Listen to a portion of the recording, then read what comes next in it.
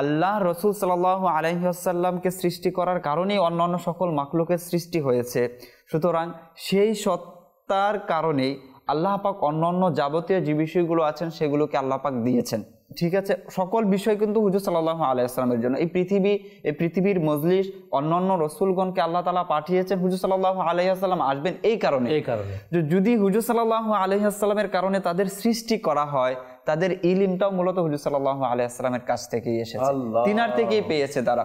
আল্লাহু ইউতি ওয়া আনা কাসিম, আল্লাহ পাক আমাকে দান করেছেন, আমি এগুলো বন্টন করেছি মানুষের মাঝে, আমি এগুলো বিতরণ করেছি। তো সমগ্র জ্ঞানের আধার তো হুজুর সাল্লাল্লাহু আলাইহি ওয়াসাল্লাম, তার থেকেই মূলত এসব কিছু দেওয়া হয়েছে। আল্লাহ রাসূল সাল্লাল্লাহু আলাইহি ওয়াসাল্লাম বলেছেন ফুদ্দিতু আলাল আমবিয়া বিসিত্তিন, যে আমাকে আল্লাহ পাক 6টি জিনিসের মাধ্যমে সকল নবীদের মাঝে শ্রেষ্ঠত্ব দান করেছেন। তো এখানেও তো আল্লাহ রাসূল সাল্লাল্লাহু আলাইহি ওয়াসাল্লাম স্পষ্ট করে দিয়েছেন যে সকল বিষয় তো আমাকে আল্লাহ পাক দিয়েছেনই, আরও 6টি বিষয় আমাকে এক্সট্রা আল্লাহ পাক দিয়েছেন। তো ইলম যে বিষয়গুলো, একটা হচ্ছে যে জাওয়ামিউল কালাম, আল্লাহ পাক আমাকে জামিউল কালাম শিক্ষা দিয়েছেন। অনুসিরতু বির রুব, রূপ ও প্রতিপত্তির মাধ্যমে আল্লাহ তাআলা আমাকে সাহায্য করেছেন। ওহিল্লাত লিয়াল গনাইম, গনিমতের মাল আল্লাহ পাক আমার জন্য হালাল করেছেন, যা অন্য নবীর ক্ষেত্রে ছিল না।